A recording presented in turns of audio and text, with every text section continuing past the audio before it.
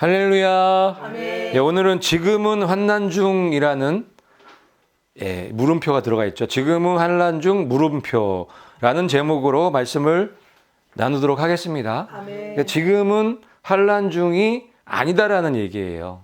그녀의 아이가 체에 올라가 하나님께 이르고 그분의 왕자에 이르더라. 아멘. 그러니까 이 요한계시록 12장 1절에서 6절 말씀이 2017년도 그 해달배들의 표적의 말씀이에요. 그 말씀의 핵심은 휴거죠. 여자가 아이를 임신했는데 여자가 아이를 해산을 하게 되죠. 근데 그 아이가 체에 올라가는 거예요. 그래서 하나님 보좌 앞에 올라가는 거죠. 그 자체가 휴거예요. 아이가 체에 올라가서 하나님 보좌 앞에 올라가는 거잖아요. 그게 휴거인 거예요. 그래서 계시록 12장 5절 이 말씀을 휴거의 말씀이라고 하는 거예요. 근데 이 아이를 자꾸 예수님이라고 해석을 하니까 그 여자를 마리아라고 해석을 하니까 이해하지 못하는 말씀이 되는 거예요. 이 아이는 예수님이 절대 될 수가 없어요. 계시록 12장은 맨 마지막 때에 일어날 일들을 기록해 놓으신 예언의 책이에요. 거기에 2000년 전에 예수님이 하늘에 올라간 이야기를 기록해 놓으셨을 리가 없죠. 이거는 마지막에 일어날, 마지막 교회에 일어날 휴거 사건을 기록해 놓으신 거예요. 그 표적을 보여주신 거고요. 그래서 그녀의 아이가 체에 올라가 하나님께 이르고 그분의 왕자 앞에 올라간 거예요. 휴거죠. 누가 봐도 이건 휴거 사건이에요. 그래서 이 사건을 휴거라고 하는 거예요. 그런데 이 아이는 휴거가 돼요. 그런데 여자는 남겨지죠. 여자가 광야로 도망하며 1260일 동안 하나님께서 예비하신 곳이 있더라. 아멘. 여자는 남겨진 거예요. 여자는 이스라엘이니까 당연히 남겨지겠죠. 이 아이는 이방 교회니까 이방인의 충만한 숫자가 찼기 때문에 휴거가 되는 거고 여자는 이스라엘이기 때문에 남겨지는 거예요. 그런데 여기서 이제 중요한 거는 이 여자가 광야로 도망가요. 하나님이 예비하신 곳으로 도망가요. 가서 1260일이라는 그 기간 동안에 거기에서 양육을 받는 거예요. 하나님께. 1260일이라는 시간을 기록해 놓으신 거예요. 이게 굉장히 중요해요. 반드시 1260일 동안에 여자가 양육받는 기간이 필요한 거예요. 전 3년 반의 기간이 반드시 있어야 돼요. 만약에 지금 환난 중이라면 저 사건이 저런 일들이 지금 어디선가 일어나야 되는 거예요. 그런데 그런 일이 지금 일어난 적이 없죠. 그래서 지금은 환난 중이 아닌 거예요. 첫 번째 이유는. 두 번째 보면은 같이 한번 읽어볼게요. 시작. 하나님의 성전과 제단과 그 안에서 경배하는 자들을 측량하되. 아멘. 여기 계시록 11장 1절에 보면은 이제 진료 환난의 시간이 들어가게 되면 하나님의 성전이 나와요. 하나님의 성전이 반드시 있어야 돼요. 이 성전을 제3성전이라 하죠. 제3성전이 있어야 돼요. 근데 지금 있나요? 아직 제3성전이 없잖아요. 그래서 아직 환난 중이 아닌 거예요. 지금 만약에 진료 환난이라면 제3성전이 존재해야 돼요. 그 안에서 경배하고 예배드리는 사람들이 있어야 돼요. 근데 지금 없죠. 그래서 지금은 환난 중일 수가 없는 거예요. 내가 나의 두 증인에게 권세를 주리니 1260일을 예언하리라. 아멘. 여기 보면은 지금 하나님 성전에서 예배하는 사람들이 나오고 그 예배하는 사람들이 얼마의 기간 동안에 일할 거에 대한 그런 기간도 말씀해 주고 계시죠. 그게 며칠이에요? 1260일 똑같아요. 그래서 여기서 나오는 1260일도 전 3년 반이죠. 지금이 환난 중인지 아닌지를 분별하기 위해서는 제3성전이 그 기준점이 될 수 있어야 되는 거예요. 말씀에 기록되어 있기 때문에. 그 다음에 이제 다음 파트로 넘어갈게요. 하나님의 종들의 이마에 인치기까지 땅이나 바다나 나무들을 해하지 말라. 아멘. 그러니까 이 14만 4천 명을 인칠 때까지 땅이나 바다나 나무를 해하면 안 되는 거예요. 14만 4천 명이 인침 받을 때까지는 재앙이 멈춰져 있는 거예요. 7년의 시간으로 들어갈 수 없는 거예요. 좀 전에 말씀드린 그 내용이랑 연결이 되는 거예요. 14만 4천 명이 나타나기 위해서는 이방인의 충만한 숫자가 차야 되는 거예요. 그래야 이스라엘이 회복되면서 예루살렘이 회복되면서 제3성전도 건축이 되겠죠. 그러면서 1260일이 시작이 되는 거예요. 그런데 지금 그런 일이 전혀 없죠. 그러니까 이게 휴거와 제3성전과 14만 4천 명은 다 연결되어 있는 거예요. 다 연결되어 있고 같은 시간대에 이게 다 진행되게 돼 있는 거예요. 그래서 계시록 7장 이 3절 말씀이 중요한 말씀인 거예요. 지금이 환난 중인지 아닌지를 분별할 수 있는 굉장히 중요한 말씀인 거예요. 14만 4천 명이 나타나기 전에는 진료 환난이 시작될 수 없다. 14만 4천 명이 인침 다 받아야, 다 끝나야 환난 시작이다. 그거를 이제 기억하시면 돼요. 이스라엘 자손의 각 지파 중에서 인침을 받은 자들이 14만 4천이니 아멘. 반드시 14만 4천 명이 인침받는 그 사건이 목격이 돼야 되는 거예요.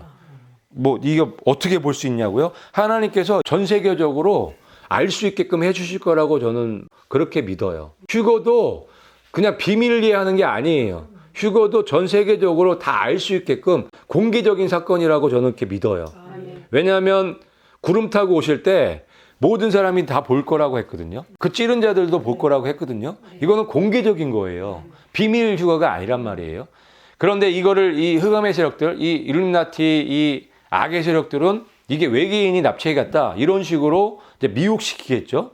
그래서 이제 7년 내 평화 협정까지도 가는 거예요. 그런 내용은 뭐 조금 이따 나올 텐데 어쨌든 이 말씀이 맞다면 14만 4천 명이 나타나지 않으면 환란은 진행될 수 없는 거예요. 왜? 멈춰놨기 때문에. 인침 받을 때까지 멈춰놨기 때문에 재앙을. 그래서 예루살렘은 이방인의 때가 차기까지 이방인들에게 밟힌다는 이 말씀이 또 이 말씀하고도 연결이 되어 있는 거예요. 그러니까 14만 4천 명이 나타나기 위해서는 이 말씀이 성취가 돼야 되는 거예요. 그러니까 이방인의 충만한 숫자가 차야 14만 4천 명이 인침받을 수 있는 거예요. 바톤을 넘겨주는 거기 때문에. 그게 다 연결되어 있는 거예요, 이게. 이게 연결해서 보셔야 되는 거예요. 그래서 휴거가 먼저 있어야 되는 거예요. 이방인의 충만한 숫자가 차면 휴거가 될 거기 때문에. 그러면 14만 4천 명이 나타나는 거예요. 바톤을 넘겨받는 거예요. 그게 안 되면 안 돼요. 저 말씀들이 성취돼야 되기 때문에. 분명히 예루살렘은 이방인의 때가 차면 회복된다는 말씀이죠. 예루살렘의 회복은 이방인의 때가 차면이에요. 이방인의 충만한 숫자가 찬다는 건 이방인의 숫자가 차기 때문에 휴거가 되는 거예요. 바톤을 넘겨주는 거예요. 그래서 14만 4천 명이 나타나는 거예요. 이스라엘이 회복되는 거예요. 근데 여기에 보면은 예루살렘이라고 말씀하고 계시죠. 예루살렘. 예루살렘이라 할 때는 그 예루살렘에서 중요한 게 어디예요? 성전이 성전. 예루살렘이 짓밟힌다는 말씀은 하나님의 성전이 짓밟힌다는 얘기예요. 그러니까 이스라엘이 중요하죠. 이스라엘 중에서 예루살렘이 중요해요. 예루살렘에서 중요한 곳이 성전이에요. 그 성전 중심으로 하나님께서 일을 하시기 때문에. 근데 예루살렘이 짓밟힌다는 얘기는 저 성전이 짓밟힌다는 얘기예요. 근데 지금까지도 짓밟히고 있죠.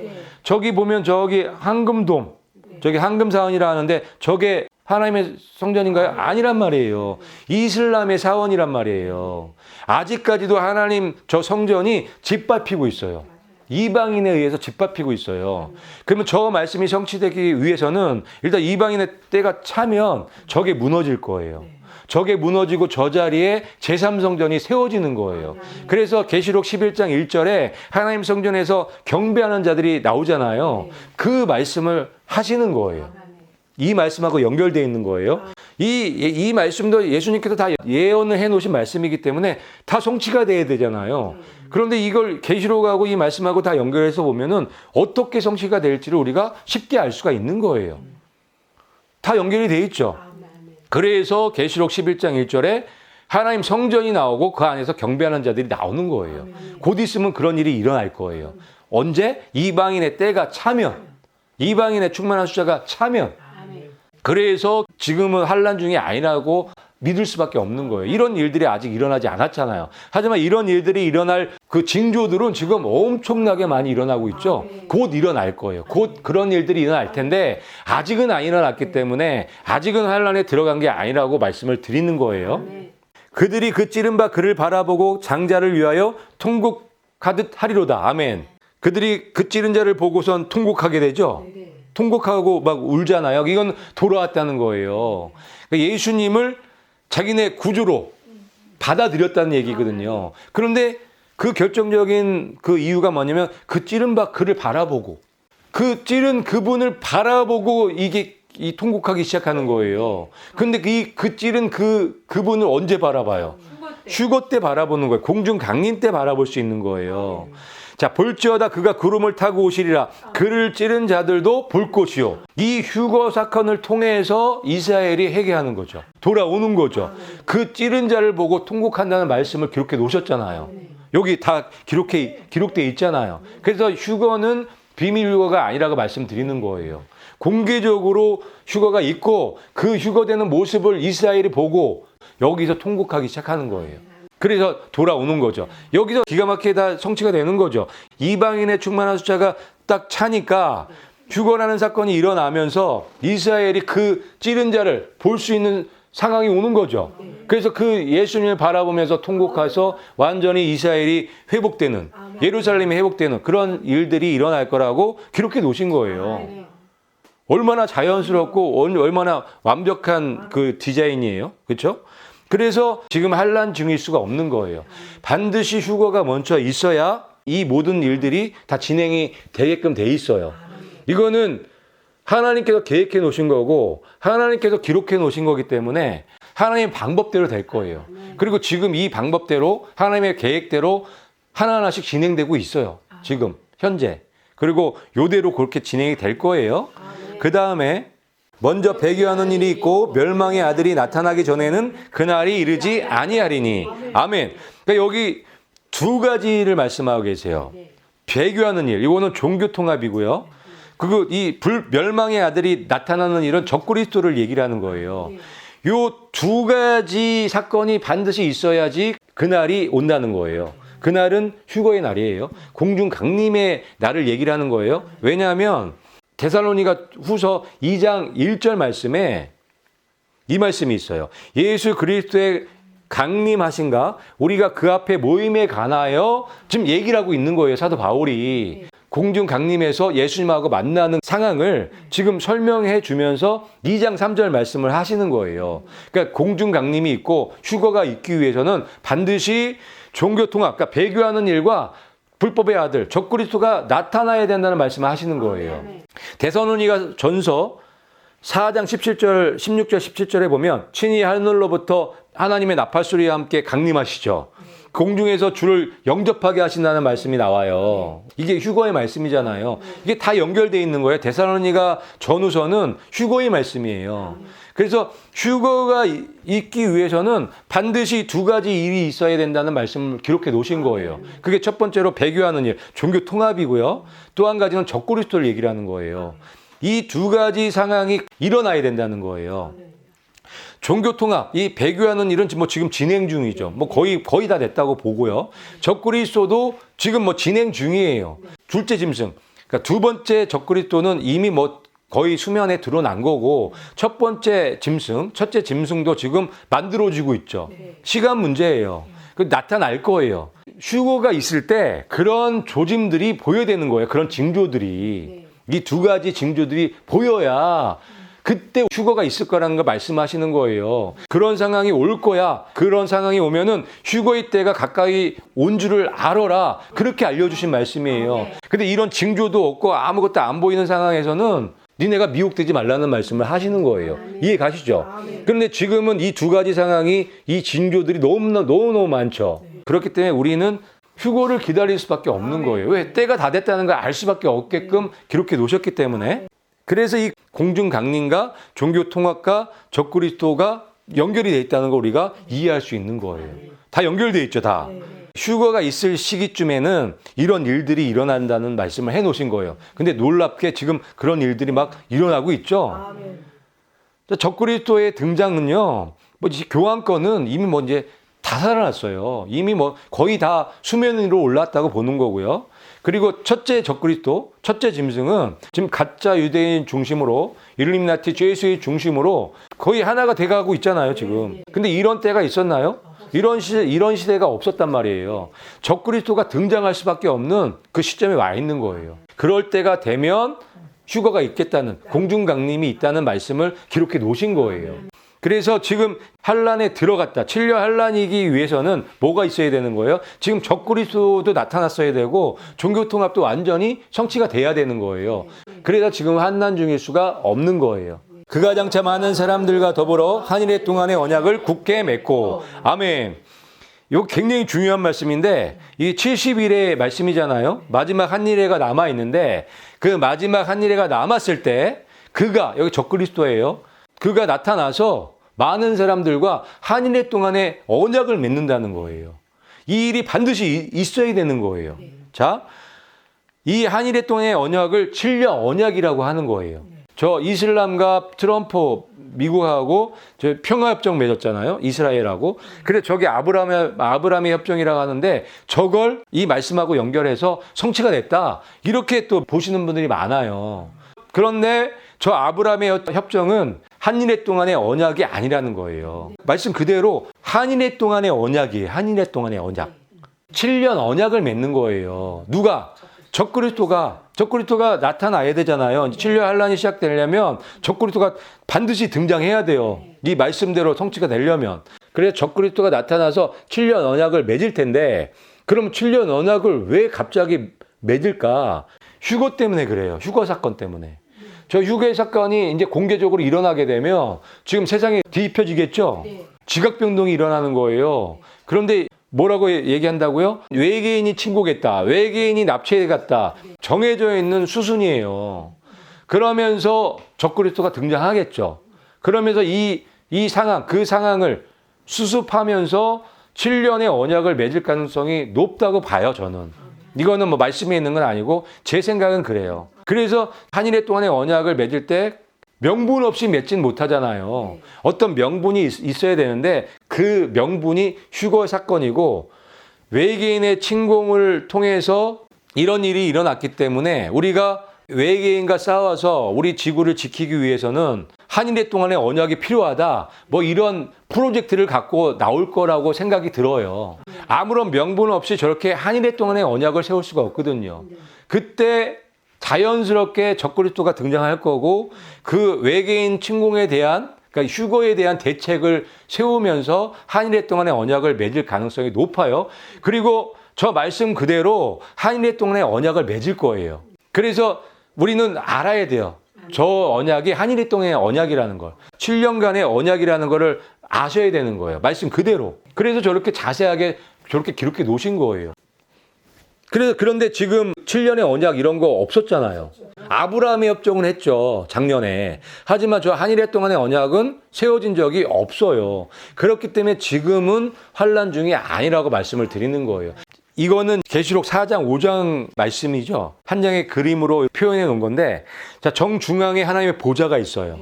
하나님 보좌 주위에 24장로가 있고 내생물이 있는 거예요. 그리고 그 둘레, 그러니까 하나님 보좌, 내생물 24장로 주위에 천천만만의 천사들이 찬양하고 있는 모습이에요. 이 천천만만은 셀 수 없는 수거든요. 그러니까 모든 천사가 보좌 중심으로 24장로와 내생물을 감싸고 지금 찬양하고 있는 내용이에요. 이게 요한계시록 4장, 5장이에요. 여기서 지금 뭘 하고 있는 걸까요? 아주 중요한 일을 하겠죠. 그래서 대관식이라고 말씀을 드리는 거예요. 요 그림만 이해해도 이 장면은 대관식이라는 걸 금방 알 수가 있어요. 이거 보통 날이 아닌 거예요. 천사들이 뭐라고 찬양하냐면 같이 한번 읽어볼게요. 시작. 중업을 당하신 어린 양은 능력과 부와 지혜와 힘과 존귀와 영광과 찬송을 받으시기에 합당하도다. 아멘. 이 찬양을 하는 거예요. 천사들이. 이 내용 굉장히 중요해요. 죽음을 당하신 어린 양, 예수님이죠. 예수님이 찬양 받으시기에 합당하다는 거예요. 영광 받으시기에 합당하다는 거예요. 능력과 존귀 받으시기에 합당하다고 찬양을 하는 거예요. 굉장히 중요하다고 말씀드리는 게 뭐냐면 천사들이 예수님이 합당하다고 인정하는 이야기가 여기 들어가 있는 거예요. 예수님이 당연히 합당하신 분 아닌가요? 예수님은 당연히 합당하신 분이에요. 하나님이시고 창조자신데 그런데 합당하다는 단어가 들어가 있어요. 합당하다는 단어가. 찬양받기에 합당하다. 왜요? 그렇죠. 예수님이 십자가에 죽어주신 것도 당연히 합당해요. 하지만 그게 완성이 되기 위해서는 예수님이 십자가에 죽어주신 그 이유들이 있어야 되는 거예요. 그 이유는 열매겠죠. 예수님이 십자가에 죽어주셨는데 그 이유들이 없다면 열매들이 없다면 예수님 왜 죽으신 거예요? 죽으실 이유가 없는 거예요. 십자가에 죽어주신 그 열매들이 하늘에 올라왔을 때 이거는 이제 끝난 거죠. 이 찬양을 할 수 있는 거예요. 천사들이 그래서 이 찬양을 한 거예요. 죽음을 당하신 어린 양께서 찬송받으시기에 합당하다. 왜? 열매들이 올라왔거든. 만약에 열매가 하나도 안 올라왔다면 이거는 실패도 이런 실패가 없어요. 예수님 죽으심이 헛된 거예요. 헛된 거. 맞잖아요. 그런데 열매가 올라왔잖아요. 지금 열매가 올라와서 지금 함께 찬양하고 있잖아요. 지금 성도의 기도를 드리고 있잖아요. 그래서 천사들이 이 찬양을 할 수 있는 거예요. 죽음 당하신 어린 양께서 찬송받기 합당하다고. 이 상황이 이해가 되시나요? 하나님이 얼마나 기쁘시고 예수님이 얼마나 기쁘시겠어요. 예수님께서 이거를 보시고 죽어주신 거예요. 이 열매들을 보시고 죽어주신 거예요. 그래서 이 상황이 대관식이라고 말씀을 드리는 거예요. 여기에 만약에 열매들이 없다면, 열매들이 올라와 있지 않다면 뭐 이런 상황이 연출될 수가 없는 거예요. 저런 찬양도 못해요. 아직까지는. 아직까지는 열매가 없기 때문에. 근데 열매들이 올라와 있네. 그래서 저런 찬양을 한 거고 이런 아주 놀라운 이 그림이 그려질 수 있는 거예요. 좀 내용을 좀 더 살펴보면은요. 어린 양이 나와서 보좌에 앉으신 이의 오른손에서 두루마리를 취하시니라. 아멘. 저 보좌 가운데 앉아 계신 분이 지금 뭘 들고 있어요? 봉인된 두루마리를 잡고 있으시죠? 그런데 저거를 뛸 수 있는 사람이 아무도 안 보이는 거예요. 저 상황이 지금 그래요. 4장 5장이. 아무도 없는 거예요. 그래서 막 요한이 슬퍼하고 있는데 걱정하지 말라고. 저걸 뛸 분이 있다고. 그게 예수님이에요. 죽음 당하신 어린 양. 그래서 예수님께서 나오셔서 저 두루마리를 받으시는 거예요. 그 내용이 요 계시록 5장 7절 말씀이에요. 어린 양이 나와서 보좌에 앉으신 이의 오른손에서 두루마리를 취하시는 거죠. 할렐루야죠. 이 두루마리를 취하는 순간 이 네 생물과 24장로가 예수님 앞으로 나오는 거예요. 향이 가득한 금대접이죠. 그걸 가지고 나오는 거예요. 언제? 예수님이 두루마리를 취했을 때, 7봉인된 그 두루마리를 취했을 때 네 생물과 24장로가 향이 가득한 금대접을 가지고 나오는 거예요. 그 내용이 이거예요. 네 생물과 24장로들이 그 어린 양 앞에 엎드려 각각 검은고와 향이 가득한 금대접을 가졌으니 이 향은 성도들의 기도들이라. 아멘. 네 생물과 24장로들이 향이 가득한 금대접을 가지고 엎드렸는데 금대접 그 향은 성도들의 기도라는 거죠. 그래서 여기 네 생물과 24장로들이 성도들이라는 걸 우리가 알 수 있는 거예요. 이 말씀 때문에. 말씀에서 지금 성도들의 기도라고 얘기하잖아요. 그러면 이 네 생물과 24장로들은 성도들일 수밖에 없는 거예요. 근데 어떤 성도들이느냐? 주께서 죽임을 당하시고 주의 피로 모든 족속과 언어와 백성과 민족 가운데서 우리를 구속하사 하나님께 드리셨으며 아멘. 여기 어떤 성도들인지 기록되어 있잖아요. 여기 그렇게 찬양하고 있는 거예요. 이렇게. 여기 뭐래요? 주께서 죽임을 당하시고 주의 피로 구원받은 사람들이죠. 주의 피로 구원받은 사람들인데 모든 족속과 언어와 백성과 민족 가운데서 구원받은 사람들이래요. 무슨 교회예요? 이방 교회일 수밖에 없죠. 그 이방 교회 성도들이라고 여기다 기록해 놓으신 거예요.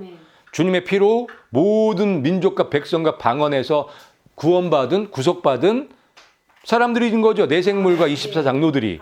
그래서 그렇게 지금 찬양 드리고 있는 모습인 거예요. 그래서 계시록 4장 5장이 대관식이라고 말씀을 드리는 거예요. 지금 천사들이 죽음을 당하신 어린 양께서 찬송 받으시기에 합당하다고 지금 찬양하고 있잖아요. 이 상황을 보니까 열매들이 지금 올라와서 모든 민족, 백성, 언어에서 올라온 이방 교회가 올라와서 지금 주님의 피로 구속받아서 지금 찬양하고 있는 걸 보잖아요. 찬양하고 있는 모습을 천사들을 보면서 죽음 당하신 어린 양께서 찬송 받으시기가 합당하다고 찬양하고 있는 거예요. 이루어진 거죠, 이제. 예수님이 십자가에서 죽어주신 그 이유가 설명이 되는 부분이기 때문에 천사들이 합당하다고 찬양하고 있는 거예요. 할렐루야죠. 이게 대관식이라고요. 놀라운 장면인 거예요. 이 장면 자체가. 그러니 천사들이 이 한 줄 써 있지만 천사들이 감격하는 거예요. 천사들이 감격해서 감동해서 우러나와서 찬양하고 있는 거예요. 생각해 보세요. 이 장면을 한번 상상해 보세요. 얼마나 감격스러운 장면인가. 예수님께서 십자가에서 죽어주셨고 그 죽어주신 그 이유들이 그 열매들이 올라와서 지금 예수님 앞에 엎드려서 찬양하고 있는 내용이 모습이에요. 얼마나 완벽하고 얼마나 아름다운 모습이에요. 그래서 천사들이 그렇게 찬양할 수밖에 없는 거예요. 자, 또 그 다음에 뭐라고 찬양하냐면 이 내생물과 24장로가 또 우리 하나님을 위해 우리를 왕과 제사장으로 삼으셨다고 또 찬양하는 거예요. 이게 대관식이 아니면 뭐예요? 왕과 제사장으로 임명받는 그 날이 이 날인 거예요. 그래서 대관식이라고 하는 거예요. 여기 말씀에 그대로 다 기록되어 있잖아요. 그래서 이 장면을 보면서 천사들은 감격스러운 거죠.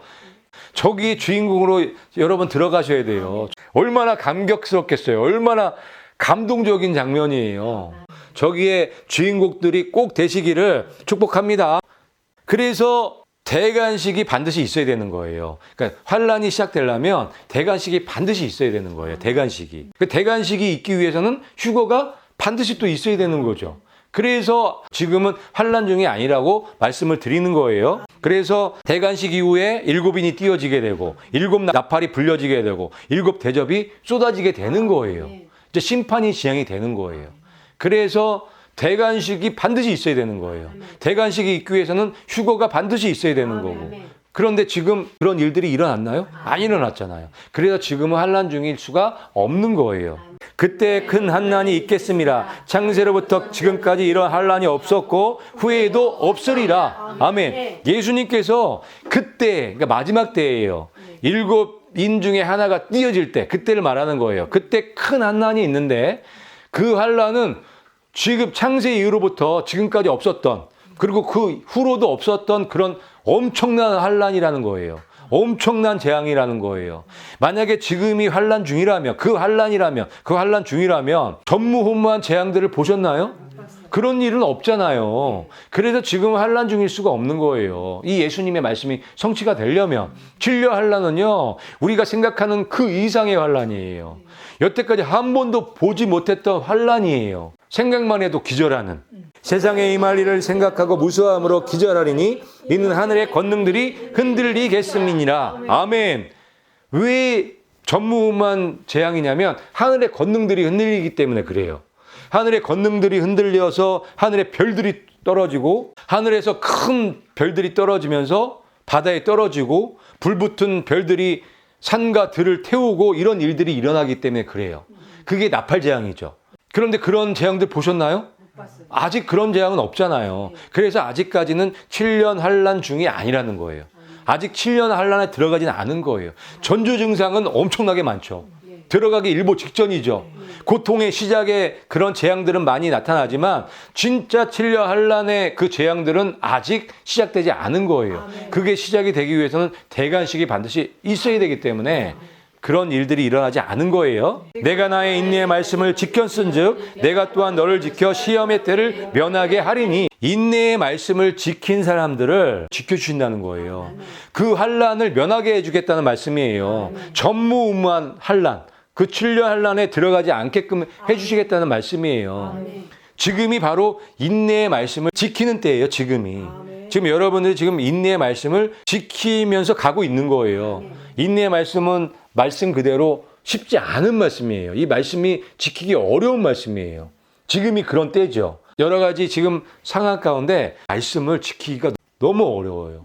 미혹도 너무 많아요. 우리가 순수한 100% 순수한 하나님 말씀을 끝까지 보존하고 끝까지 지켜나가는 건 너무너무 중요한 거예요. 그래서 우리가 이 연의 말씀을 잘 이해하고 깨닫는 건 너무너무 중요한 거죠. 그래야 이 인내의 말씀을 우리가 끝까지 지킬 수가 있어요. 이 말 듣고 저 말 듣고 하나님 말씀 아닌 거에 좀 미혹되기 시작하면은 이 인내의 말씀을 끝까지 지켜내기가 어려워요. 그리고 좀 여러분 이 백신 때문에 인내의 말씀을 지키기가 어려운 분들도 많이 계실 거예요. 직장이나 가족분들 때문에 이 인내의 말씀을 지키기가 어려운 분들이 많이 있으실 거예요. 그럴 때 우리가 어떻게 그 인내의 말씀을 지킬 수 있느냐? 이 예언의 말씀이 확신 가운데 서면 우리가 인내의 말씀을 넉넉하게 지킬 수 있는 거예요. 그런데 이 말씀이 헷갈리고 막 왔다 갔다 하고 이렇게 되면은 끝까지 지킬 수가 어렵게 돼요. 왜냐하면 이 말씀 자체를 믿지 못하는 말씀이 돼버리기 때문에 말씀의 확신 가운데 서셔야 돼요. 될 수 있으면 요한계시록을 기록된 그대로 여러분 믿으시기를 부탁드려요. 그러면은 인내의 말씀을 충분히 지킬 수 있어요. 왜냐하면 예수님께서 이 요한계시록 기록하셨을 때 문자 그대로 성취할 수 있게끔 그렇게 기록해 놓으셨기 때문에 그래요. 제가 지금 오늘 설명드린 말씀들도 거의 대부분 그냥 문자 그대로예요. 문자 그대로 이해하면 다 이해할 수 있는 말씀이에요. 그래서 그렇게 말씀들을 여러분들 걸로 만드시기를 부탁드려요. 그런데 이 말씀을 이 시험의 때를 면하게 해주신다고 말씀해 놓으셨잖아요. 그런데 이게 환란에 들어가는 걸로 이해하시는 분들도 많아요. 환란에 들어가서 그 시험을 이길 수 있게끔 해주신다, 뭐 이렇게 이해하시는 분들도 굉장히 많아요. 아니에요. 그냥 말씀 그대로예요. 이 시험의 때를 면하게 해주는 거예요. 그 안에 들어가 있으면, 전무후무한 환란 가운데 들어가 있으면 그냥 같이 겪는 거잖아요. 면하는 게 아니잖아요. 그러면 이렇게 쓰시면 안 되는 거예요. 그 환란에 들어가긴 들어가지만 이길 수 있는 힘을 줄 것이다, 이렇게 기록해 놓으셔야 돼요. 하지만 이 말씀은 그렇지 않잖아요. 인내의 말씀을 지켰기 때문에 내가 그 시험의 때를 면하게 해준다는 거예요. 면제. 그 시험에서 탈출시켜 주신다는 말씀이에요. 근데 이 말씀을 이상하게 가르치시는 분들이 있어요. 시험에 환란에 들어가지만 그 시험을 이길 수 있게 해준다는 말씀으로 이거를 해석하는 분들이 있는데, 그렇게 해석하면 안 돼요. 그 말씀이 아니잖아요. 그와 더불어 간음하는 자들도 만일 그의 행위를 회개하지 아니하면 큰 한난 가운데에 던지고. 아멘. 이 말씀이 이 면하게 해준다는 말씀을 뒷받침해 주는 말씀이에요. 회개하지 않으면 그 음녀, 교환권이죠. 그 종교통합, 배교하는 배교자들이란 말이에요. 그 음녀의 세력과 간음하는 사람들도 회개하면 한난 가운데 던지지 않겠다는 말씀이에요. 환란 가운데 던져질 수도 있고 던져지지 않을 수도 있는 거예요. 환란에 들어갈 수도 있고 환란에 면할 수도 있는 거예요. 환란을 면하는 방법은 인내의 말씀을 끝까지 지키는 거예요. 그 인내의 말씀을 끝까지 지키기 위해서는 하나님의 말씀을 정확하게 확신 가운데 믿어야 되는 거예요. 그렇게 하기 위해서는 하나님의 말씀을 그냥 문자 그대로 여러분 받아들이시면 돼요. 그러면 여러분 인내의 말씀을 지킬 수 있어요. 또 한 가지 방법은 회개하는 거예요. 어디에서? 음녀와 간음하는 거. 그러니까 배교하는 일에 동참하는 거죠. 음녀는 교환권이에요.